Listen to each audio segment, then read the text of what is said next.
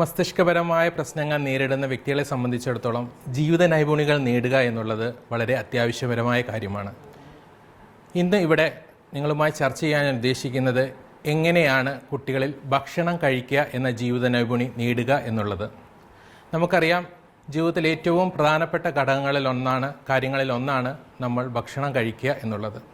ബുദ്ധിപരമായ പ്രശ്നങ്ങൾ അല്ലെങ്കിൽ മസ്തിഷ്കപരമായ പ്രശ്നങ്ങൾ നേരിടുന്ന ഒരു വ്യക്തിയെ സംബന്ധിച്ചിടത്തോളം ഭക്ഷണം കഴിക്കാൻ പരിശീലിപ്പിക്കുക എന്നുള്ളത് ഏറ്റവും പ്രയാസകരമായ ഒരു കാര്യമാണ്.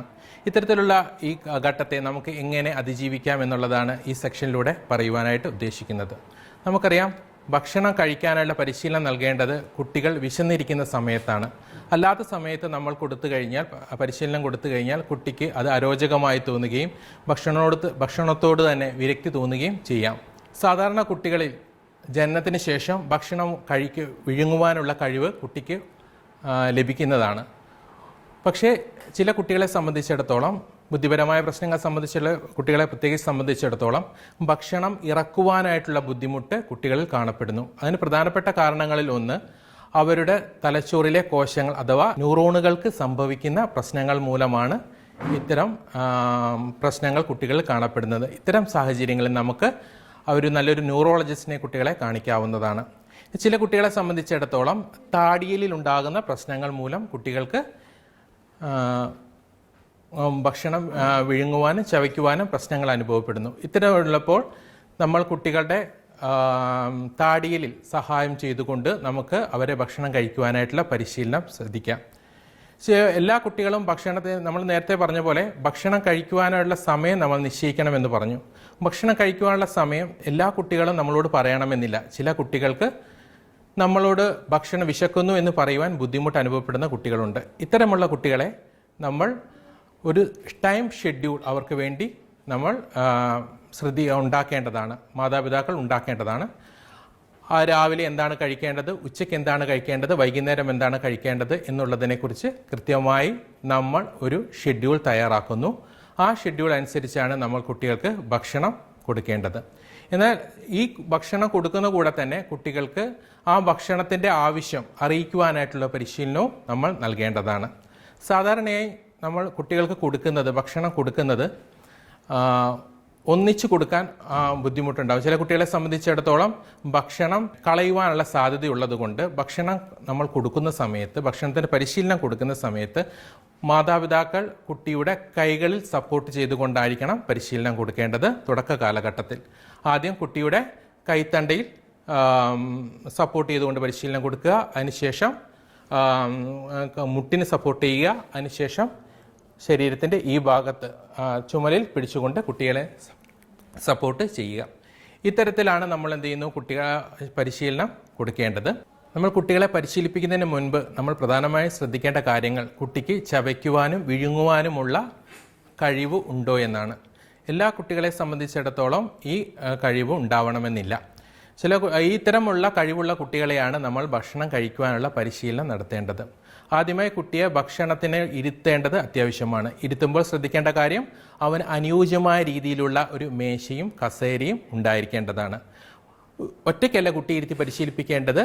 കുടുംബാംഗങ്ങൾ ഒന്നിച്ചിരുന്നാണ് നമ്മൾ കുട്ടികളെ പരിശീലനം കൊടുക്കേണ്ടത്. കാരണം മറ്റുള്ളവരെ കണ്ടുകൊണ്ട് നിരീക്ഷിച്ചുകൊണ്ട് ആ ട്രെയിനിങ് നടത്തുവാനായിട്ട് അവൻ അതുമൂലം സാധിക്കുന്നു.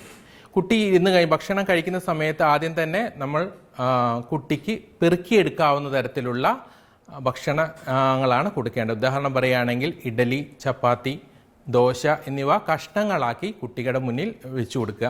ചില കുട്ടികളെ സംബന്ധിച്ചിടത്തോളം അവർ പാത്രം തട്ടിമറിക്കുവാനോ അല്ലെങ്കിൽ അത് ഒന്നിച്ചു വാരുവാനോ ഉള്ള സാഹചര്യം ഉണ്ടാവും. അതുകൊണ്ട് കുട്ടികളുടെ മുന്നിൽ ഓരോ പീസായിട്ട് ആദ്യം ഇട്ട് കൊടുക്കുക. ഒരു ചപ്പാത്തിയുടെ ഒരു പീസ് അല്ലെങ്കിൽ ദോശയുടെ ഒരു പീസ് നമ്മൾ ഇട്ട് കൊടുക്കുന്നു. കൊടുത്തു കഴിഞ്ഞാൽ കുട്ടി ഓരോന്ന് എടുത്ത് തിന്നുവാനായി കുട്ടിയെ പരിശീലിപ്പിക്കുന്നു. നേരത്തെ പറഞ്ഞ പോലെ തന്നെ കൈയുടെ സഹായം നമ്മൾ കുട്ടിയെ സഹായിച്ചുകൊണ്ട് നമ്മൾ പരിശീലനം നൽകുന്നു.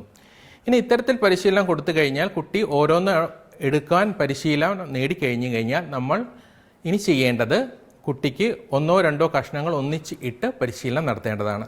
ഈ 1-2 കഷ്ണം കുട്ടി പരിശീലിച്ച് കഴിഞ്ഞു കഴിഞ്ഞാൽ അവൻ അതിൽ സ്വന്തമായി ചെയ്യുവാനായിട്ട് അവൻ കഴിഞ്ഞു കഴിഞ്ഞാൽ നമ്മൾ അടുത്തത് ചെയ്യേണ്ടത് കുട്ടിയെ അടുത്ത ഭക്ഷണം കൂട്ടിക്കുഴച്ച്, അതായത് ചോറോ സാമ്പാറോ അല്ലെങ്കിൽ ചോറും കറികളും ചേർത്തത് കൂട്ടിക്കുഴച്ചതിന് ശേഷം അത് ഒരു ഉരുളയായി പാത്രത്തിൽ വെച്ച് കൊടുക്കുക. ഈ ഉരുള എടുത്ത് കഴിക്കുവാനായിട്ട് അവന് പ്രാക്ടീസ് കൊടുക്കുക. അതും കഴിഞ്ഞു കഴിഞ്ഞാൽ അവന് അതിലും സ്വതന്ത്രനായി കഴിഞ്ഞു കഴിഞ്ഞാൽ നമ്മൾ അടുത്ത പടിയായി നമ്മൾ ചെയ്യേണ്ടത് കാര്യമാണ് അവനെ ഭക്ഷണം കൂട്ടി ഇളക്കാനായിട്ടുള്ള പരിശീലനം കൊടുക്കുക. അങ്ങനെ ഇത്തരത്തിൽ പടിപടിയായിട്ടാണ് നമ്മളെ കുട്ടികളെ ഭക്ഷണത്തിനായിട്ടുള്ള പരിശീലനം നൽകേണ്ടത്. ഇനി ചില കുട്ടികളെ സംബന്ധിച്ചിടത്തോളം, പ്രത്യേകിച്ച് ഓട്ടിസം, സെർബൽ പാൾസി ഇത്തരം ഉള്ള കുട്ടികളെ സംബന്ധിച്ചിടത്തോളം ഭക്ഷണം വാരി കഴിക്കുവാനുള്ള ബുദ്ധിമുട്ട് അവർ അനുഭവപ്പെടുന്നുണ്ട്. ഇത്തരം സന്ദർഭങ്ങളിൽ അവർക്ക് നമുക്കൊരു സ്പൂൺ ഉപയോഗിച്ചുകൊണ്ട് നമുക്ക് അവർക്ക് പ്രാക്ടീസ് ചെയ്യിക്കാം. ചില കാര്യങ്ങൾ സ്പൂൺ ഉപയോഗിക്കുമ്പോൾ നമ്മൾ ശ്രദ്ധിക്കേണ്ട ചില കാര്യങ്ങളുണ്ട്. ഒന്നാമത്തെ കാര്യം എന്ന് പറയുന്നത് സ്പൂൺ അവന് അനുയോജ്യമായ തരത്തിലുള്ളതായിരിക്കണം. ചില കുട്ടികളെ സംബന്ധിച്ചിടത്തോളം പ്രത്യേകിച്ച്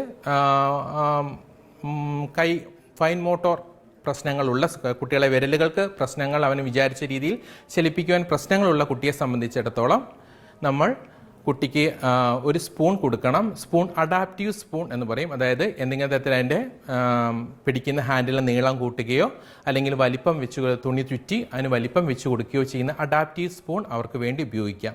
ഇനി ഇത്തരത്തിൽ അഡാപ്റ്റീവ്നെസ് കൊടുത്തുകൊണ്ട് നമുക്ക് എന്ത് ചെയ്യാം, കുട്ടികളെ പരിശീലനം നടത്താനായിട്ട് സാധിക്കും.